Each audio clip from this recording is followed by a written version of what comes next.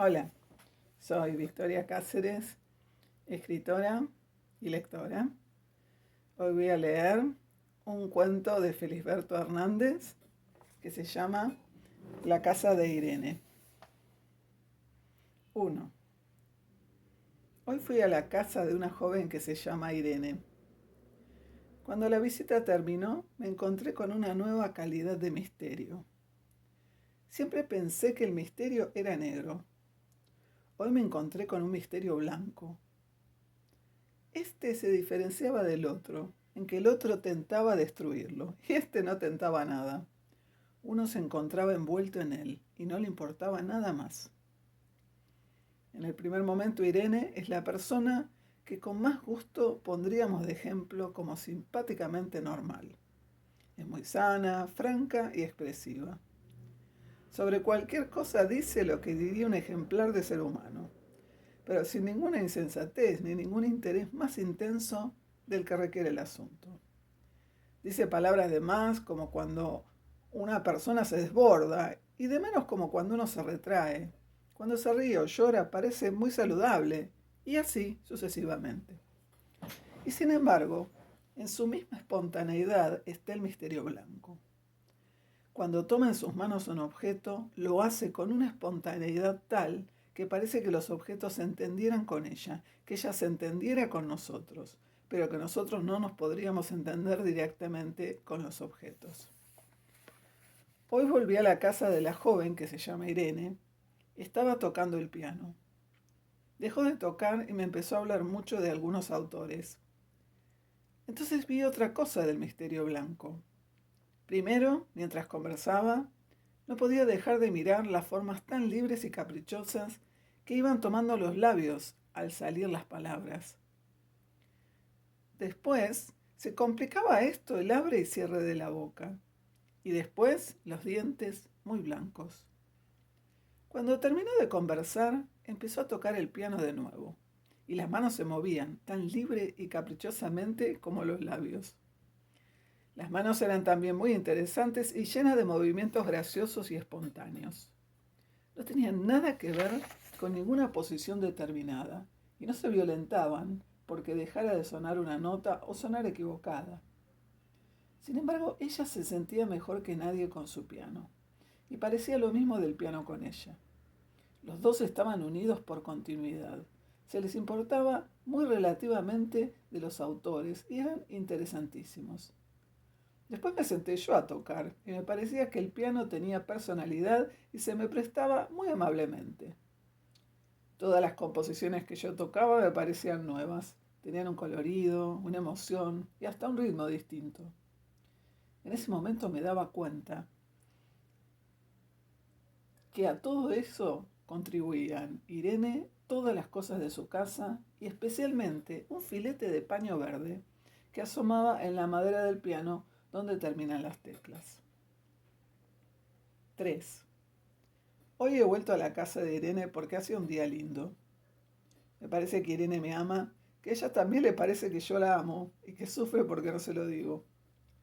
Yo también tengo angustia por no decírselo, pero no puedo romper la inercia de este estado de cosas. Además, ella es muy interesante sufriendo, y es también interesante esperar a ver qué pasa y cómo será. Cuando llegué estaba sentada leyendo. Para esto había elegido un lugar muy sugestivo de su inmenso jardín. Yo la vi desde el camino de tierra que pasa frente a su casa, me introduje sin pedir permiso y la sorprendí. Ella tuvo mucha alegría al verme, pero enseguida me pidió permiso y salió corriendo. Apenas se levantó de la silla apareció el misterio blanco. La silla era de la sala y tenía una fuerte personalidad. La curva del respaldo, las patas traseras y su forma general eran de mucho carácter. Tenía una posición seria, severa y concreta. Parecía que miraba para otro lado del que estaba yo y que no se le importaba de mí. Irene me llamó de adentro porque decidió que tocáramos el piano. La silla que tomó para tocar era igual de forma a la que había visto antes, pero parecía que de espíritu era distinta. Esta tenía que ver conmigo. Al mismo tiempo que sujetaba a Irene, aprovechaba el momento en que ella se inclinaba un poco sobre el piano y con el respaldo libre me miraba de reojo. 4. Hoy encontré a Irene en el mismo lugar de su jardín, pero esta vez me esperaba. Apenas se levantó de la silla, casi suelto la risa. La silla en que estaba sentada la vi absolutamente distinta a la de ayer. Me pareció de lo más ridícula y servil. La pobrecilla, a pesar del respeto y la seriedad que me había inspirado el día antes, ahora me resultaba de lo más idiota y servil. Me parecía que esperaba el momento en que una persona hiciera una pequeña flexión y se sentara. Ella con su forma se subordinaba a una de las maneras cómodas de descanso y nada más. Irene la tomó del respaldo para llevarla a la sala. En ese momento el misterio blanco de Irene parecía que decía: «Pero no le haga caso, es una pobre silla y nada más». Y la silla en sus manos parecía avergonzada de verdad, pero ella sin embargo la perdonaba y la quería. Al rato de estar en la sala, me quedé solo un momento. Me pareció que a pesar de todo, las sillas entre ellas se entendían. Entonces, por reaccionar contra ellas y contra mí, empecé a reír.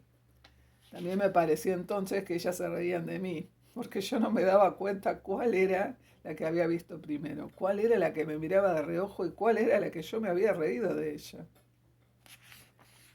5. Hoy le he tomado las manos a Irene. No puedo pensar en otra cosa que en ese momento. Ocurrió así. Cuando las manos estaban realizando su danza en el teclado, empecé a pensar qué pasaría si yo de pronto las detuviera, qué haría ella y qué haría yo, cómo serían los momentos que improvisaríamos. Yo no quise traicionarla al pensar primero lo que haría, porque ella no lo tendría pensado. Y entonces ¡zas! Y apareció una violencia absurda, inesperada, increíble. Ante mi zarpazo ella se asustó y enseguida se paró. A una gran velocidad ella reaccionó en contra y después a favor. En ese instante en que la reacción fue a favor, en el segundo que le pareció agradable y que parecía que enseguida reaccionaría otra vez en contra, yo aproveché y la besé en los labios. Ella salió corriendo. Yo tomé mi sombrero y ahora estoy aquí en casa. No me explico cómo cambié tan pronto e inesperadamente yo mismo, cómo se me ocurrió la idea de las manos y la realicé, cómo en vez de seguir recibiendo la impresión de todas las cosas, yo realicé una impresión como para que la recibieran los demás. 6. Anoche no pude dormir. Seguía pensando en lo ocurrido. Después que pasó muchísimo rato de haberme acostado y de pensar sobre el asunto, hacía un gran esfuerzo por acordarme de algunas cosas. Hubiera querido volver a ver cómo eran mis manos tomando las de ella. Al querer imaginarme las de ella, su blancura no era igual, era de un blanco exagerado e insulso como el del papel. Tampoco podía recordar la forma exacta. Me aparecían formas de manos feas. Respecto a las mías, tampoco podía precisarlas. Me acordaba de haberme detenido a mirarlas sobre un papel una vez que estaba distraído. Las había encontrado nudosas y negras y ahora pensaba que, tomando las de ella, tendrían un contraste de color y de salvajismo que me enorgullecía. Pero tampoco podía concretar la forma de las mías porque el cuarto estaba oscuro. Además me hubiera dado rabia prender la luz y mirarme las manos. Después quería acordarme del color de los ojos de Irene, pero el verde que yo imaginaba no era justo. Parecía como si le hubieran pintado los ojos por dentro. Esta mañana me acordé que en un pasaje del sueño ella no vivía sola, sino que tenía una inmensa cantidad de hermanos y parientes. 7. Hace mucho que no escribo. Con Irene me fue bien, pero entonces, poco a poco, fue desapareciendo el misterio blanco.